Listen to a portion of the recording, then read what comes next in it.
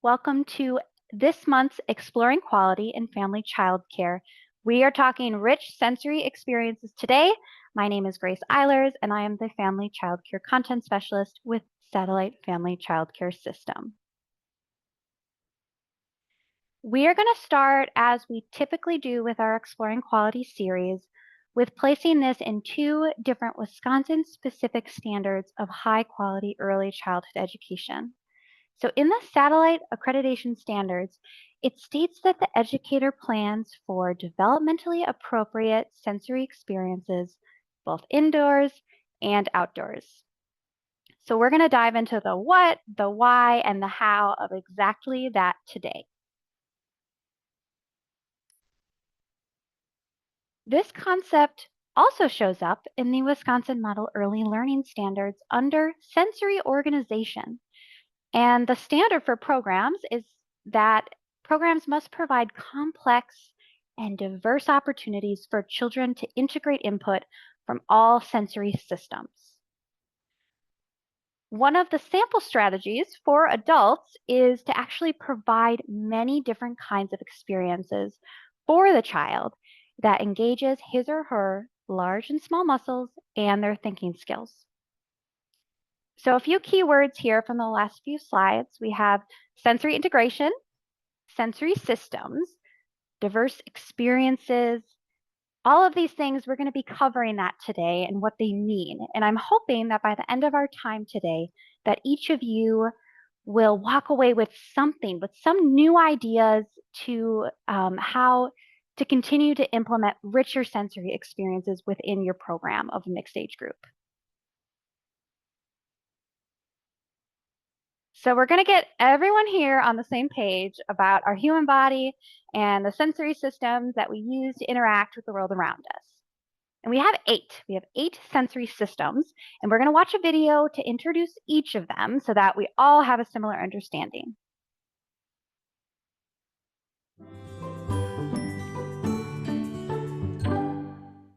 Children experience the world through their bodies. It's the foundation of all their feeling and the basis of all their learning. When they're rocked, they feel calm. When they see their parents smile and hear them coo, they feel loved. And when they crawl, run, jump and dance, they feel a wonderful sense of control. They experience their world through 8 senses, not just the sight and smell, hearing, taste and touch. We all have 3 hidden senses. First is the vestibular sense, our balance, and how we feel grounded in whatever we do. Second is proprioception, the sense of effort, movement and gravity that tells us what our body is doing and where it is in space. And the third is interoception, the messages from our internal organs which tell us when we feel hungry or nervous or angry or just need to go to the bathroom. All our 8 senses need to work together to help children navigate their world. This is known as sensory integration. But if there are challenges in any of these senses, they may not integrate. A child will struggle, and the world can be a scary and confusing place. That's why building the body and the brain through sensory body play is a foundation of the developmental play pyramid. It's a way to integrate all 8 senses to give your child the best start in life for the best chance in life.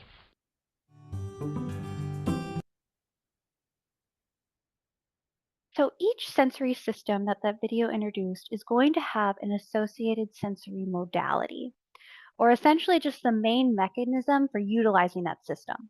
So we're going to just go through each of these together briefly to set it up so that we'll have a deeper understanding of how children are using these systems when they engage in sensory play. So visual, obviously, sight through our eyes, auditory, hearing through our ears, tactile, touch through our body's largest organ, our skin, gustatory, taste through our mouth, Olfactory is smell through our nose. All of these are modalities for taking in incoming sensory information from our environment. For our three hidden sensory systems, we have our vestibular sensory systems modality, like the video explained, is our sense of balance. And that's identified by the body through our head rotation and our head position. The proprioception systems modality is body awareness. And that is identified through proprioreceptors in our muscles, our joints, and our tendons. Interoception refers to the awareness of internal states. So, what's happening inside of the body? So, your brain is going to be receiving information, receiving signals from your organs that is going to tell you things about hunger, tiredness, body temperature, emotions, pain, etc., etc. Things that are happening within the body. And now that we all have a shared understanding of our 8 sensory systems, what do we mean when we use the word rich or diverse sensory experiences, meaningful sensory experiences? What do we mean when we use those words together? We're going to begin by hearing from Madeline Syverson, owner of Pine and Meadow Nursery in Chippewa Falls. And Madeline is going to begin by telling us about the sensory experiences that she offers to children in her program.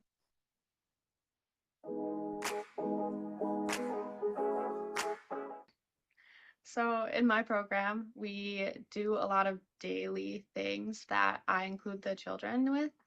So a lot of cooking together, preparing snacks.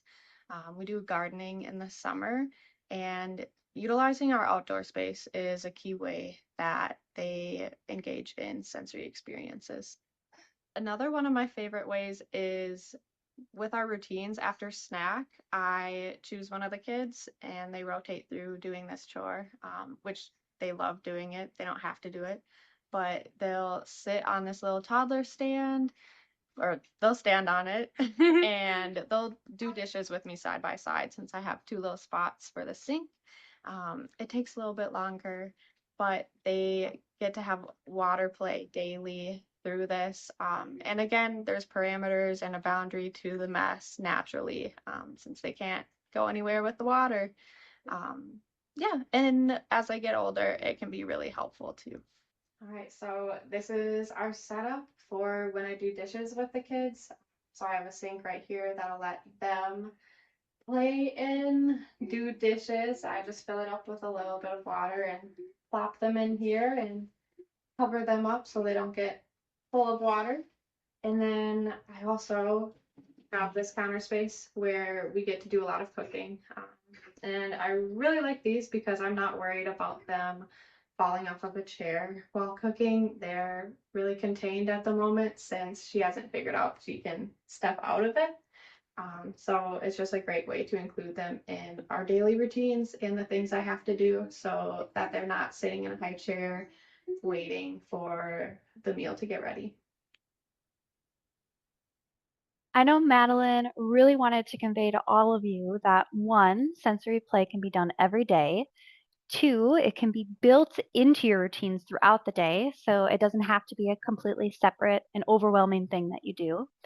And three, this was a big one for her, it can be free or very inexpensive. And we're going to come up with, or we're going to see more examples of how you can incorporate sustainability and reusing materials through your sensory experiences.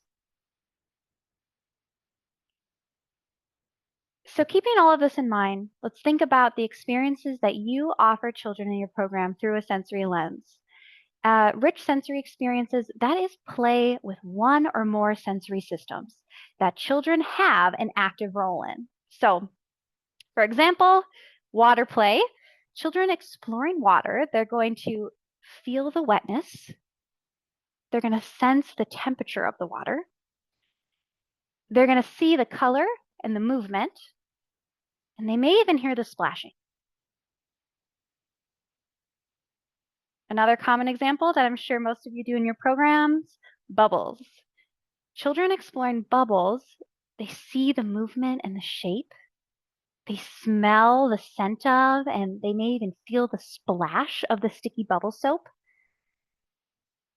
And they practice that hand-eye coordination when they're waving it to create the bubbles.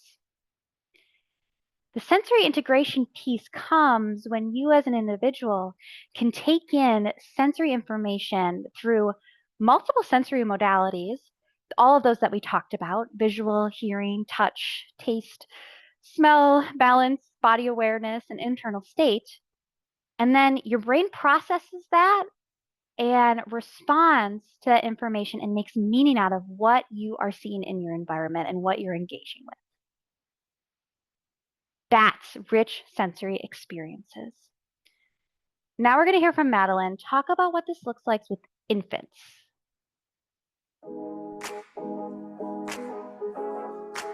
With the infants, one of the ways that we focus on sensory is exploring solids together. Once they are starting that, it's really fun to let them get really messy with it. It's something that we're already doing, and I'm prepared for them to make a mess and know I'm going to clean it up after. Another thing we do is during circle time, we like to use play silks and sing with them and cover them up with the play silks and play peekaboo. I really like those because it works well with a mixed age group. Another way is with art experiences. I like to use high chairs for them. Once they're able to sit a little bit, it helps to contain the mess. Are you gonna be noisy?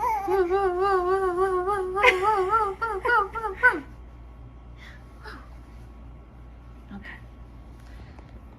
During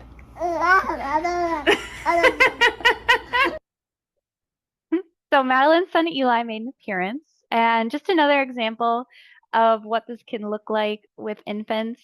In addition to what Madeline was describing, you could see Madeline bounce Eli up and down, mirrored his noises.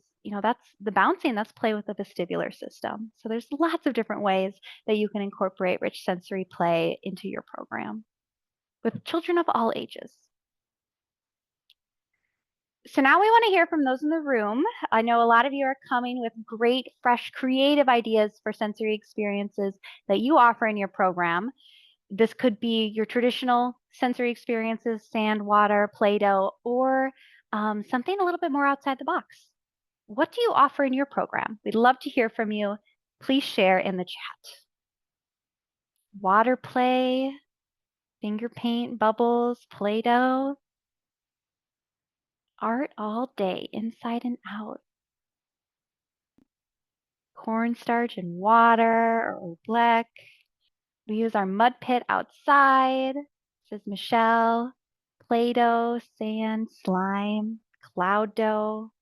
Emberly says we do a lot of different painting: water, salt, shaving cream, and on different materials: paper, cardboard, random recycling, acrylic, shower curtains, cooking projects, Susan. And if you're still typing, please continue to type and send that in the chat, and we're going to move forward together.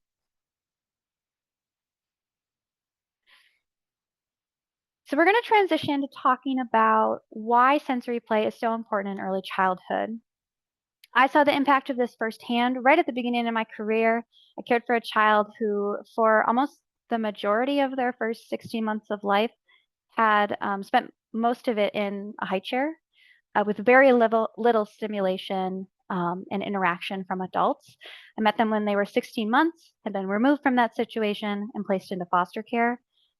And it was through sensory play that we really worked through some of those challenges, as you can imagine, that came from the lack of sensory stimulation early in life. And I say this as a precursor to what we're going to learn about next, that sensory play is much more than what meets the eye. It is the one major way that children learn to explore and learn from the world around them. It's through the maturation of their senses, and then a child's understanding of and response to sensory information. All right, we are going to dive into 3 of the major reasons why sensory play is important for children. However, this is not all encompassing. For the purposes of our time together today, we're going to focus on these three: cognitive, motor, and self-development.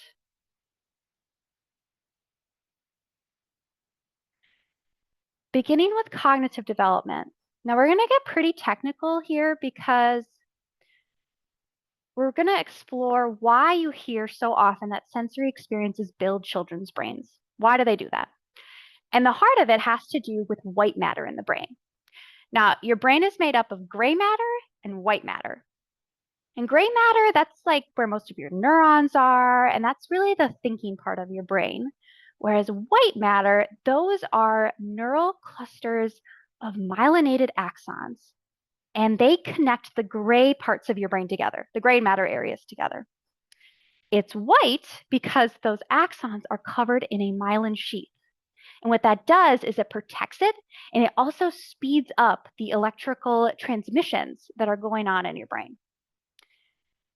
Obviously, very important for brain function and learning. And myelin is produced by cells called oligodendrocytes, and those increase very rapidly after birth. You come into this world with like 7 billion of those cells, and by the time you're 3, you have 28 billion. And then they stabilize around age 5. All of these things, the production of these cells, the myelination of your axons and your white matter development, that is all based on incoming signals from sensory systems. It's most impactful for children under 2 years old. And researchers like Gilmore, Kickmeyer, Santelli, and Goa actually found that differences in white matter, so those myelinated axons that connect the thinking parts of your brain together, differences in that actually is connected to sensory processing difficulties when children get to school, when they're school age. So it is the difference in white matter development that appear to play a major role in sensory processing difficulties. And there are 2 different graphics here on the slide that I'll just briefly touch on. The first one shows how it shows an MRI image of, and if you look all the way on the left, you'll see an MRI image of a 2-week-old's brain. And as you can see, the white and gray matter, it kind of just looks all jumbled together. It's kind of white and gray-ish. And you can see that the brain isn't very specialized. What a difference a year makes. If you look at the middle image on the top, 1 year, you can very clearly see that there's white matter happening in the middle of the brain with the gray on the outer edges. So that white matter development is beginning, and by 2 years, it is even more pronounced. And all of this has to do with a child's positive sensory experiences and the information that they are receiving from their play and their experience in this world.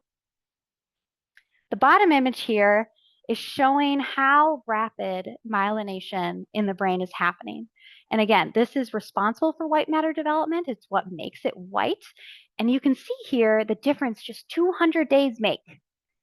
And the colored regions are showing the production of myelination. And again, that's stimulated through oligodendrocytes, which produce the myelin, which coat your white matter in myelin sheath and help speed up electrical transmissions throughout your brain. All of this is experience dependent, extremely critical for it to be happening before a child reaches the age of 5. Sensory play also supports motor development, particularly sensory motor integration. There's that word integration again, and that essentially means that children are combining sensory information with motor commands, so commands coming from the brain, to then produce coordinated movement, such as the crab walking here that you see in the image from Michelle's program, or scooping sand from a sandbox to a shovel and then successfully pouring it into a bucket. That would be motor planning. And children are able to do this from taking in sensory information such as the scoop of the sand, seeing the sand, moving it, and pouring it over the bucket successfully using that proprioception and that visual integration piece. Again, this is all experience dependent, and I'm sure that comes at no surprise to any of you if you've ever seen an infant trying to, take a shape and fit it into a shape sorter. Young children are still working on this ability to take in what their experiencing in the environment and then manipulate their body in a way to achieve a goal. And this applies to both gross and fine motor skills. And you're going to find that rich sensory experiences, the really engaging and impactful ones, those are going to be ones that incorporate that movement and motor planning. And that's exactly what you want to see. Children actively engaging in the experience and taking in information from their sensory systems and then planning how they're going to respond to that with their bodies.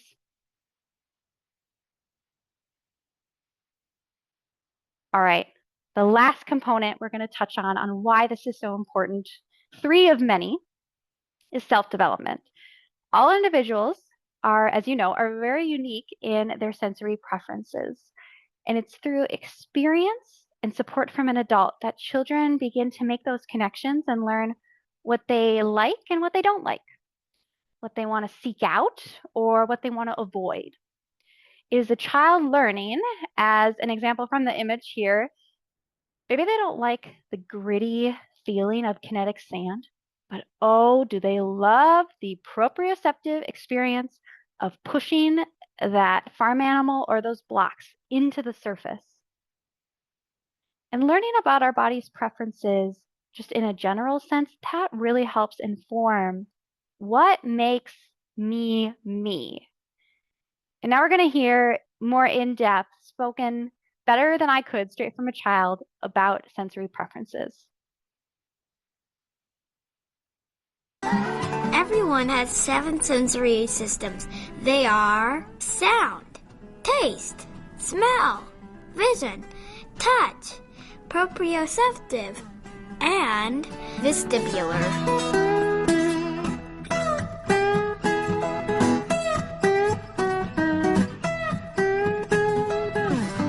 Under-responsive versus over-responsive. You can think of your sensory systems as being a cup, and water is that type of a sensory input. If you are under-responsive to a certain sensory input, it is like you're a big, huge cup. You keep getting water to the big cup. You can just keep adding, but it never feels full. But if you are over-responsive, it is like you are a tiny cup. All you need is just a little sensory input and you overflow. You want your cup to be full and not spill over. Each of your sensory systems is their own cup and they are different sizes. Just because you have one big cup does not mean you are under-responsive with all your senses. I have a big cup for my proprioceptive and vestibular senses and a little cup for my touch, sound, taste, and smell senses. Everyone is different and unique. Some days and times of days are good, and some are too much for me. I don't like loud and busy places. I cover my ears and want to run away or yell and tell everyone to be quiet. I need less noise to feel in control of my body. I like to always be moving. I have a hard time holding still. I don't like people to touch my skin sometimes. But everyone is different. My brother doesn't mind if people touch him, and he does not need to wear sunglasses. It is important to know your own body and to understand your body and your 7 senses. Sound. Love that video. That child did not mention the interoception system. And we're going to talk more about that. One is different because it's coming from inside your body rather than outside coming in. And we're going to talk more about how you can continue to pair children's experiences in the world with the sensations that are happening in their body in a little bit. And now I want to ask when you watch the video or when you think about sensory preferences, what comes to mind for you? What are your big cups, as the child in the video said? Or what are the sensory experiences that you seek out? And then on the flip side, what are your small cups? Or maybe the sensory experiences that you tend to avoid? And for me, I have a very, very big visual cup, very, very big proprioception cup, and a pretty small auditory cup. If you're willing and able, just take a moment, think about where you may fall. Kathleen, big cup is tactile, small is auditory. Michelle has the same as me, have a big visual and small auditory. I find that the olfactory cup, people are really strong one way or the other. That's just an observation I've made. I love this comment because it points out how something that I really want to emphasize is that just because generally you may have a really big cup for visual or a really big cup for tactile, it doesn't mean that it's always going to be that way. It doesn't mean that you can just take in all the time, that it changes. And I see that in the comment, big is visual and small, it changes. Dan says big visual and taste, small touch and auditory. Oh, and I'm the same way. Gustatory is large, seeking out lots of different foods, lots of different tastes. Patricia says, my big cup is my sense of smell. Small taste and tactile from Emberly. Big cup for smell and visual, but small for touch, says Susan. Visual big, taste small from Monique. Janika said taste with a few exclamation points. So I'm gonna guess that means that's a big cup, but I could be wrong. Big, yes, big cup for visual. So if you're still typing, keep typing. Send it in the chat. I love thinking about this because I think it really showcases how everyone is so different and how it can change day by day depending on your mood, what time of day it is even. And I want to reframe this and I want you to think about the children in your program right now. And if you had to categorize them, just generally speaking, not put them in different boxes, but say, oh, generally I see that Monique tends to be sensory seeking for auditory experiences. So this exercise was really to get you thinking about sensory preferences and how they may change throughout the day, maybe throughout your life. Maybe if you were a child who loved tactile experiences and you might have different approaches to that now. Just to get you thinking about how everyone is unique and how they approach sensory experiences. And with that, we're now going to talk about how you can incorporate sensory experiences in your program. And I'm going to offer just a very general framework for planning and offering experiences through a sensory lens. And we will also hear more from Madeline on how to talk to children about sensory play and how to support children who maybe are sensory seeking or sensitive to sensory input. So if Laura, if you could please send the very simple optional handout for those who enjoy having things written down, having questions written down, this is for you. And we're going to think about experiences that you offer children in your program. So this could be through your environment, your materials, or say your planned experiences, and thinking about what opportunities do children have throughout the day to engage in one or more sensory systems in playful, child-directed ways. And is there variety? So the first question to consider is, which sensory systems does this experience involve? Or maybe which do you want to focus on if you're intentionally planning an experience or something that you want to put in your environment? So things to think about. Again, sensory preferences. Do you have a child or multiple children who very much are seeking tactile input? You might want to focus on bringing more diverse tactile experiences into your program. Do you notice maybe a child struggles with balance? Let's play more with the vestibular system. You might suggest that children take, say, water from the sensory table, like this one in the photo here from Silly Sprouts. Take water in a cup and carry it across the outdoor space to the sandbox. And then again, thinking about what are you comfortable with? And this is where, again, you're going to have to consider your own sensory preferences and how that might impact your practice. What do you seek out? What do you enjoy? What is calming to you?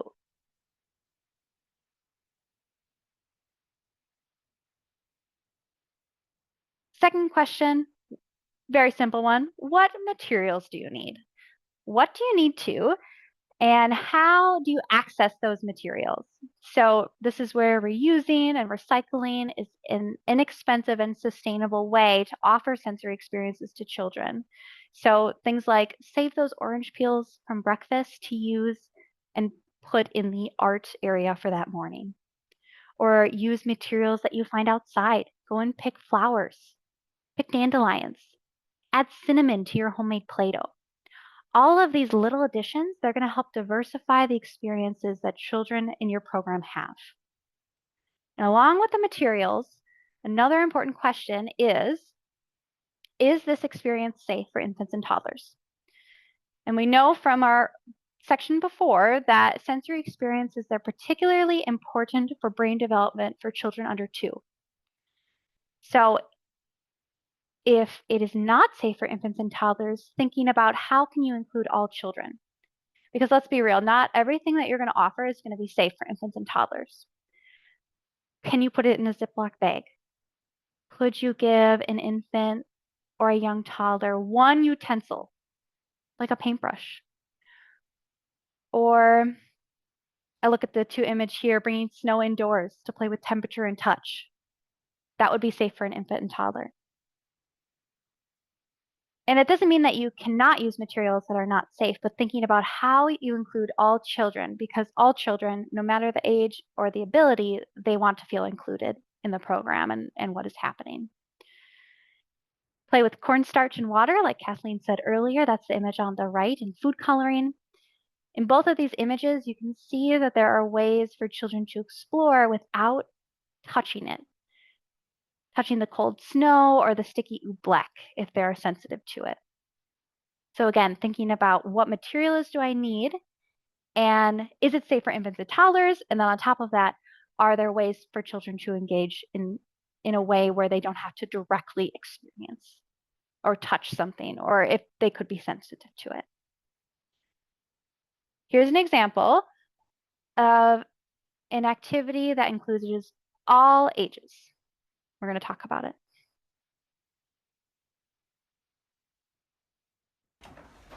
Go. Imani, I can't see Michaela's face.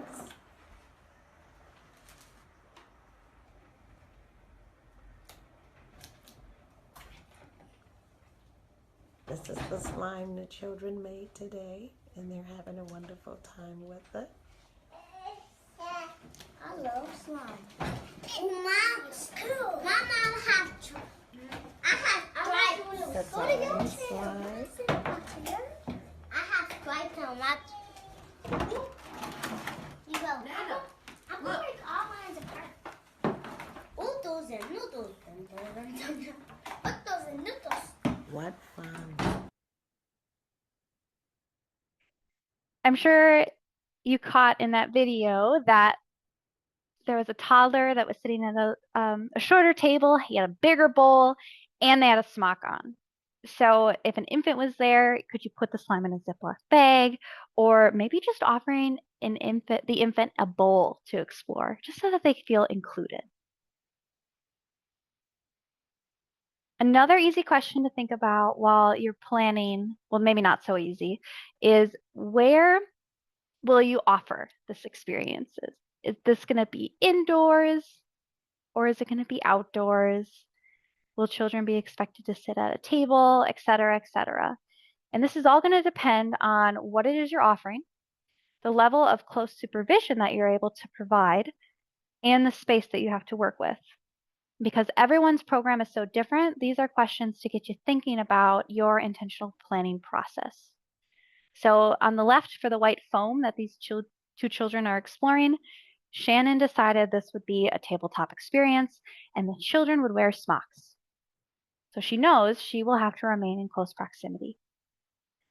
Again, there are paintbrushes for children who don't want to explore it with their tactile systems, but they do want to explore with their visual systems. On the right, buckets, shovels, I even see a ladle in there, and sand, loose fill under a play set. This makes for an engaging sensory experience. And I love how this child, you can see that this child is grabbing some wet sand with her hand and then spreading it across the smooth picnic table.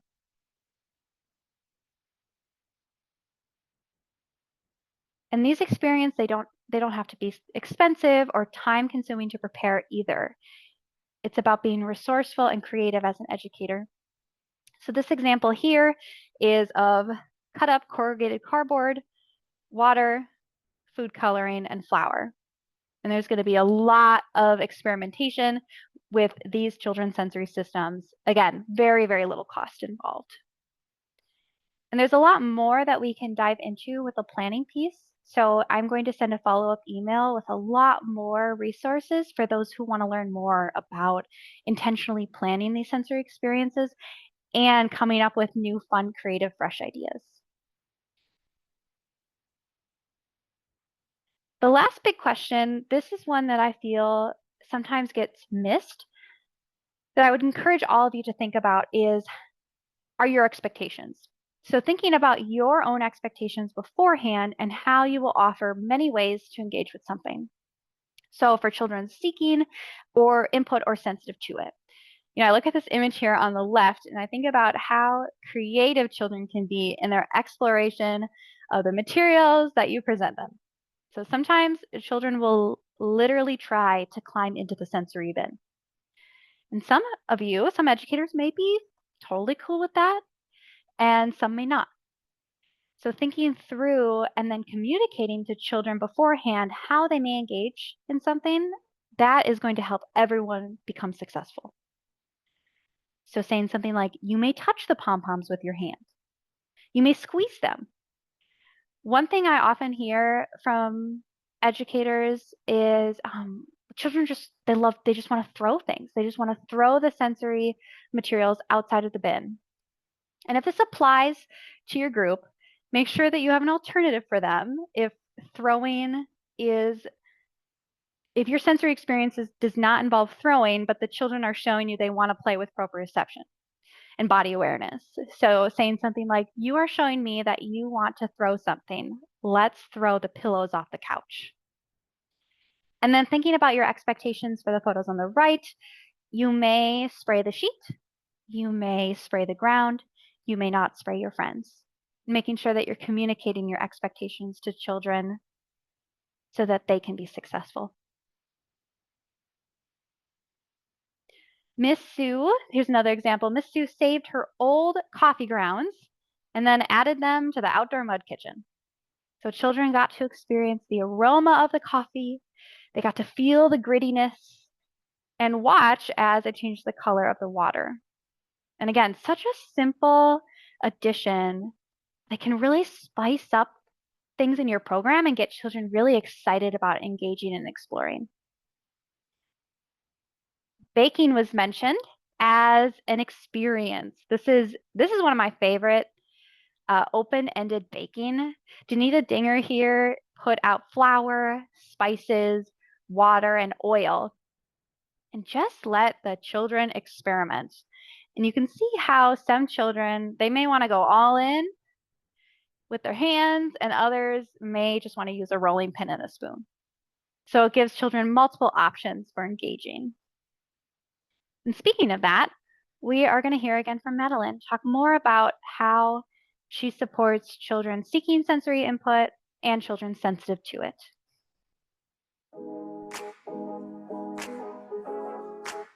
So one thing I do with sensory seekers in my program is to see if they might benefit from heavy play or heavy work. So this might look like being outside and giving them a sled and something heavy in the sled, so they have that resistance as they're pulling it, or they might try to push it.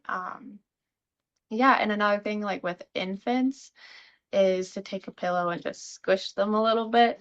Most of the times they'll be giggling like crazy, and I know they're benefiting from that input. Another thing with sensory seekers is I find that going outside is really helpful. There's just so much going on, and it acts as a calming environment as well. So they're able to focus a little bit more on what they're playing. And then I'm also have more access to like sandboxes and swings, and I have a couple different types, so I can rotate through and add novelty to that. One thing with sensory avoiders is messy play. They might not become as engaged with it. You might notice, yeah, they're not participating like other kids are. So sometimes they need tools like a paintbrush or socks to cover their hands, to play with the sand because it feels really dusty. They might not like that. Yeah, some other things is that a child might not want their clothes to get dirty. That might be the barrier for them. And so we have full length rain suits that I might put on for painting so that they feel comfortable to participate. Throughout my day, I'm usually looking at what interests a child. So if I'm squishing like him with a pillow and he's giggling and laughing, I'm gonna keep doing that.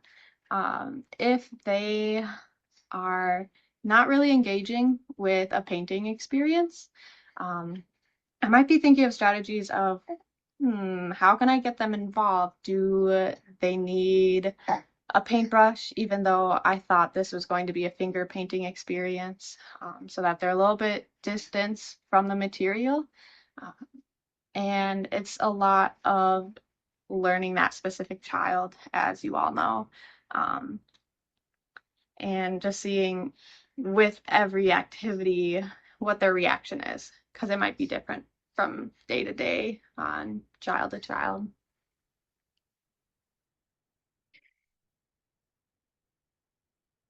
So to reiterate some of the major points that we've been talking about thus far, making sure to tell children how they may safely participate in a sensory experience, and then show them, model the experiences, show children how they may participate.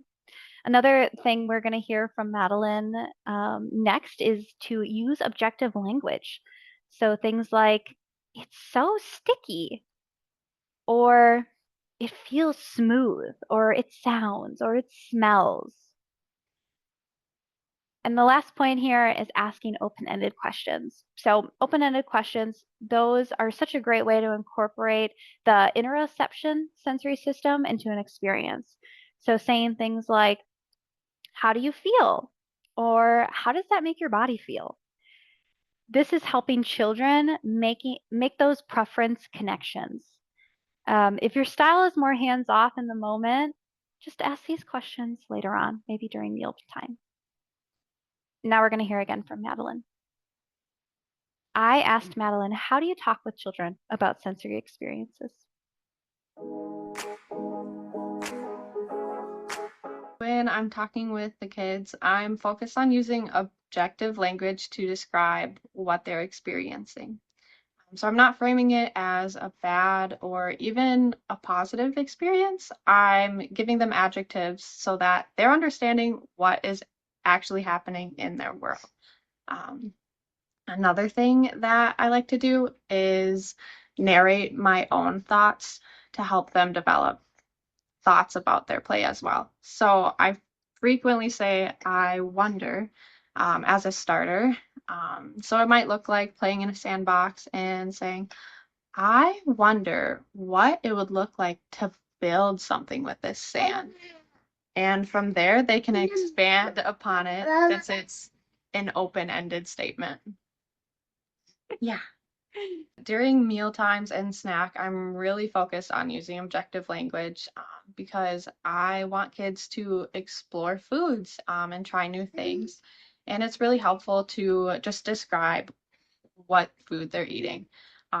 So I might say, wow, this carrot is orange and really bright colored. And if I feel it, it's cold because it was in the fridge. When I bite it, I can hear it crunch. Can you hear it crunch? So it's a great reminder just having the table like eating together to use objective language with them.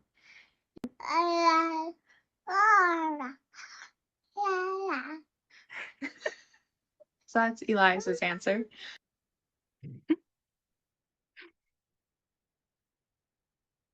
And the last big component that we're going to talk about today is the idea that sensory experiences could be used as a guidance technique. So this is that piece where we're going to pair it with the interoception system, the feelings and internal body sensation. So saying things like, your body looks so wiggly, let's do some yoga. In that phrase, you are acknowledging what you're observing, and then you're offering a way for a child to then fill that sensory need. That's what happened in the image on the top right here at Michelle's program. How does the sand feel in your hand? Do you like it?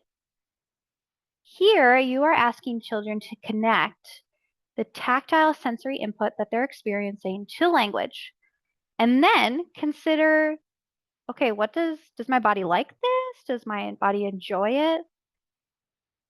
The last example here, you look so happy. You must love playing in the water.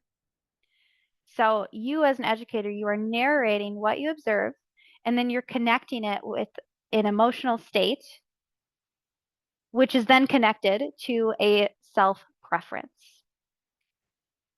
You as the educator play such an important role in connecting sensory play to interoception and the internal body experience for children, and you do that through your language and your narration. All right, we have just a few minutes left. Take a moment. We just covered a lot. Do you have any takeaways? My biggest takeaway was the conversation questions while doing sensory. Giving little ones some slime in Ziploc bags.